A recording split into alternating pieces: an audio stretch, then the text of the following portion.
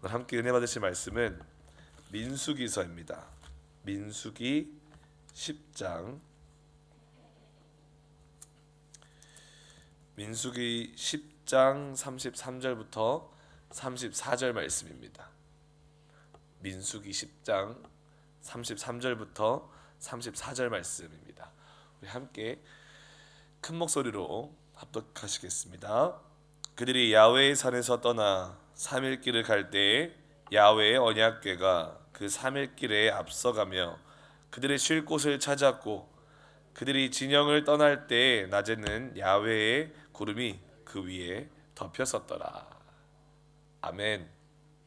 오늘은 우리가 계속 수요일마다 봤던 마태복음이 아니라 특별히 제가 UC 유나이티드 컨퍼런스 이번 주에 저희 청년들 장년들이 함께 모여서 큰 은혜를 나눴던 그 UC 가운데 허락해 주셨던 말씀 본문을 가지고 여러분들과 은혜를 나누고 싶습니다. 제목은 하나님의 쉴 곳이라는 제목입니다. 정말 기도를 해주셔서 정말 기도해 주시고 또 함께 해주셔서 이번에도 2025년도 오세아니아의 많은 청년들과 장년들이 함께하는 그런 연합 집회를 무사히 올려드릴 수 또 있었습니다.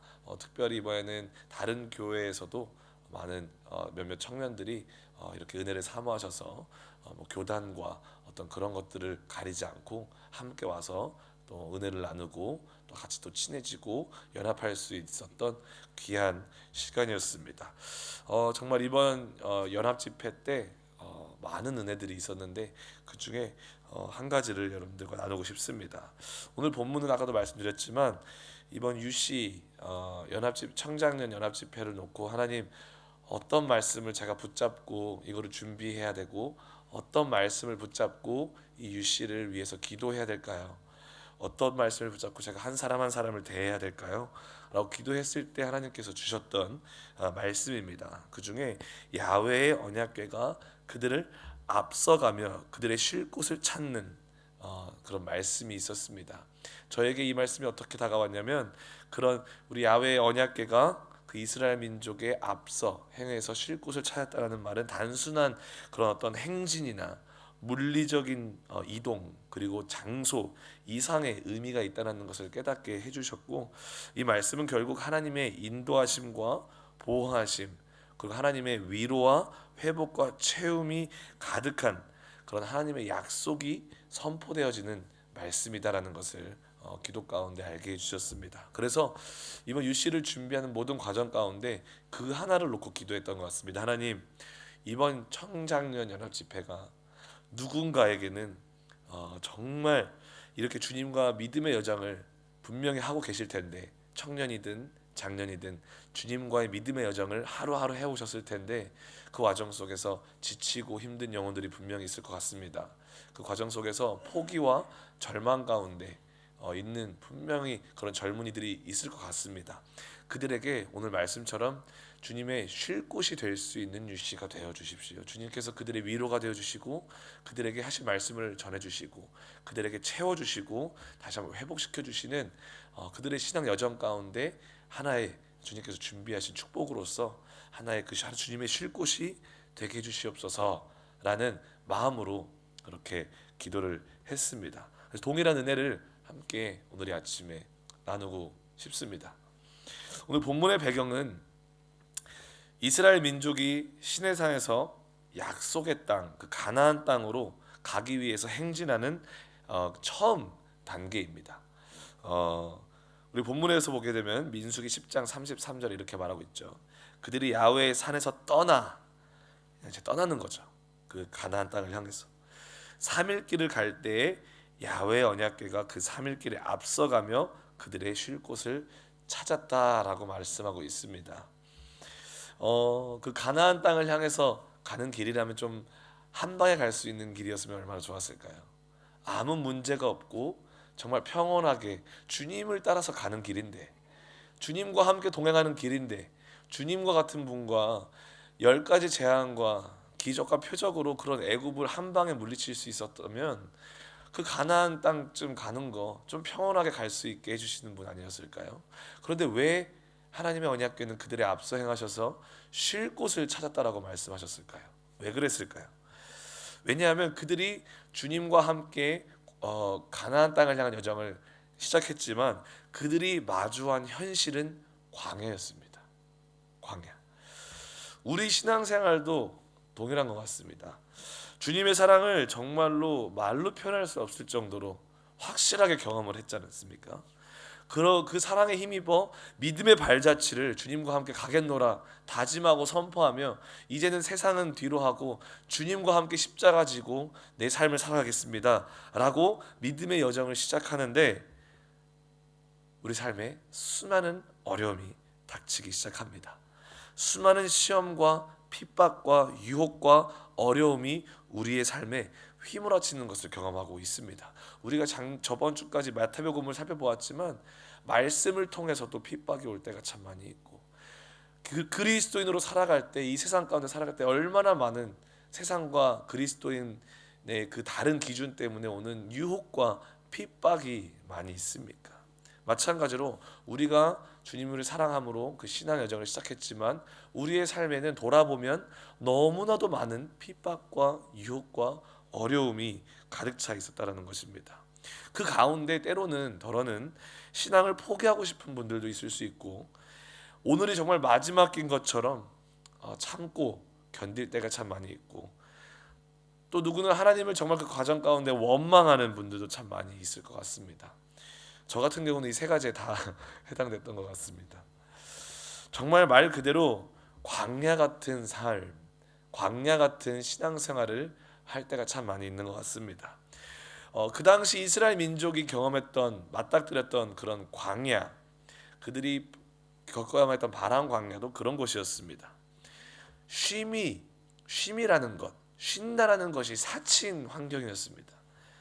이스라엘 백성 행진한 그 시내 광야에서 그 바람 광야로 가는 길은 건조한 환경이었고 너무나도 험한 길이었고 그리고 정착민 없이 무질서한 땅이었습니다. 낮에는 타는 듯한 더위가 있고 또 밤이 되면 얼음장같이 차가워지는 급격한 기온 변화가 있는 또한 죽음의 땅이었습니다. 죽음의 길이었습니다.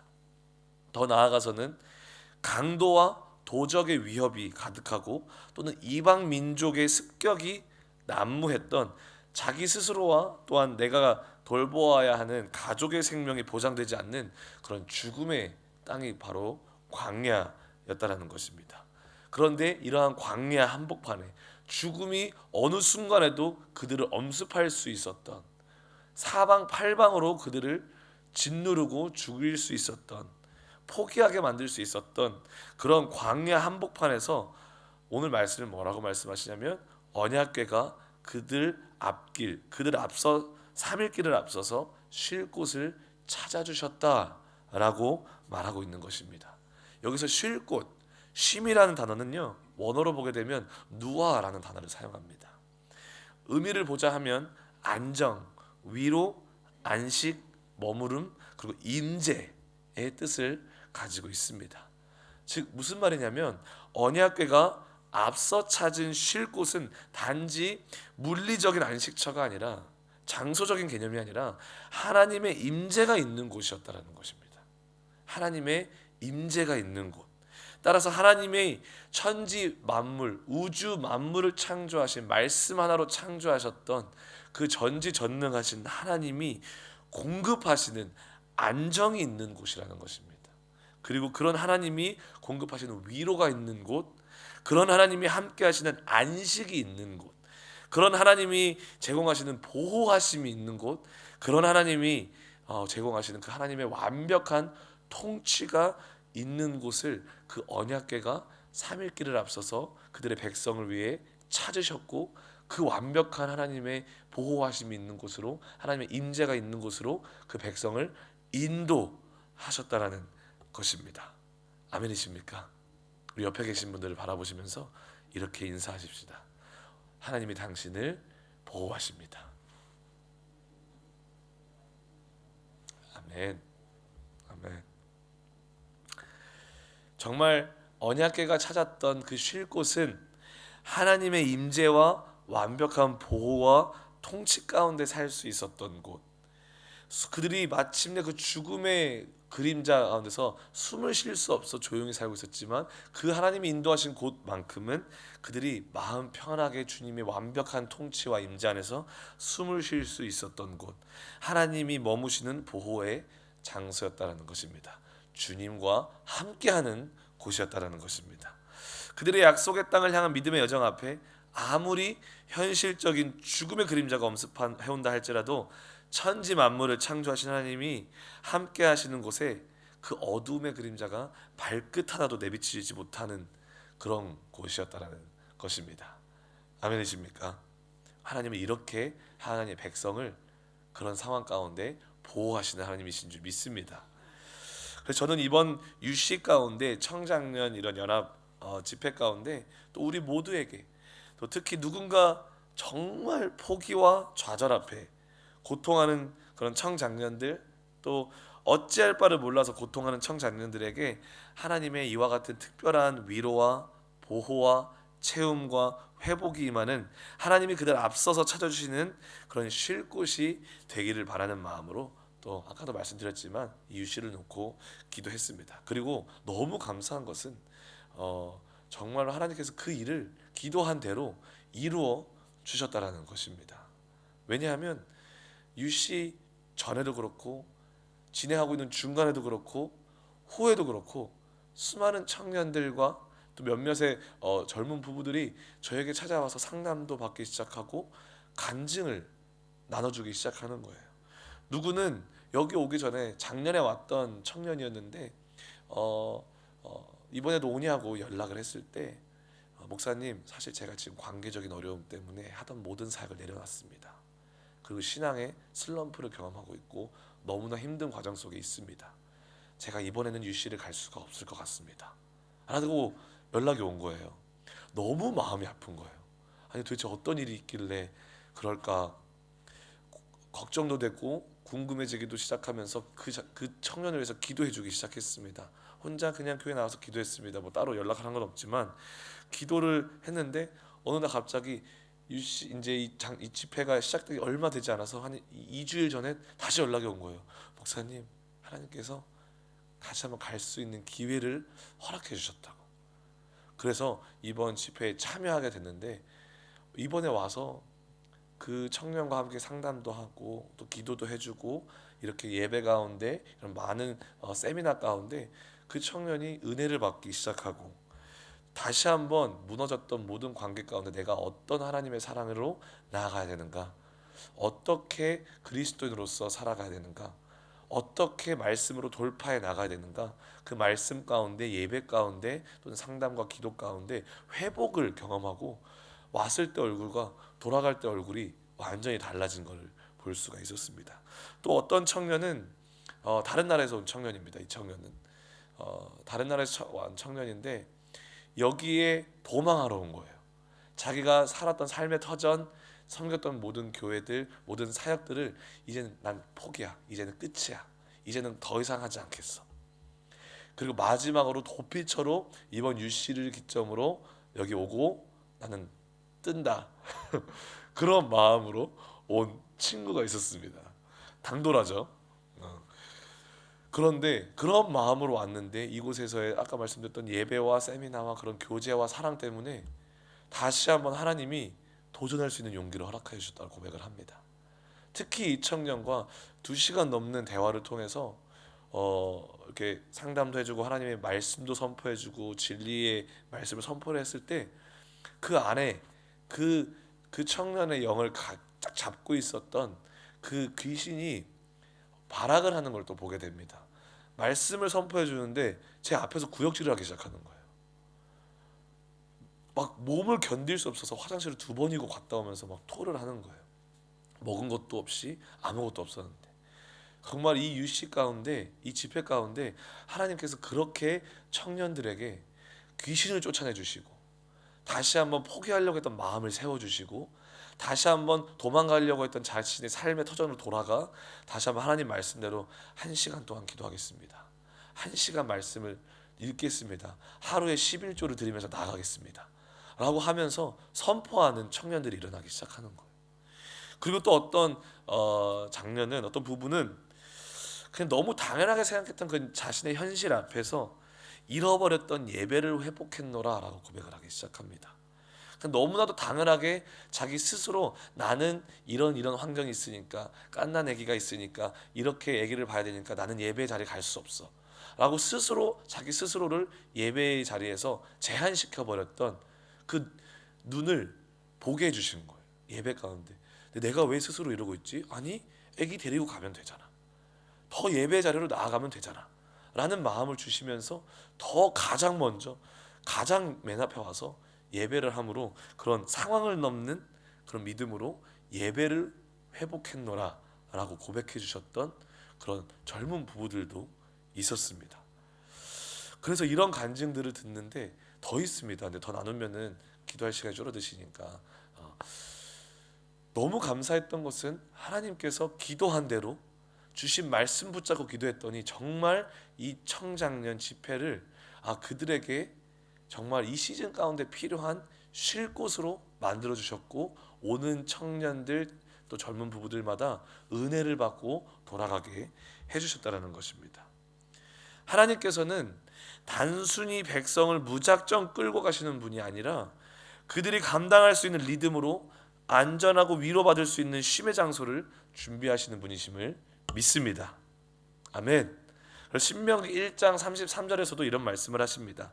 그는 너희보다 먼저 그 길을 가시며 장막 칠 곳을 찾으시고 밤에는 불로 낮에는 구름으로 너희가 갈 길을 지시하신 자이시니라.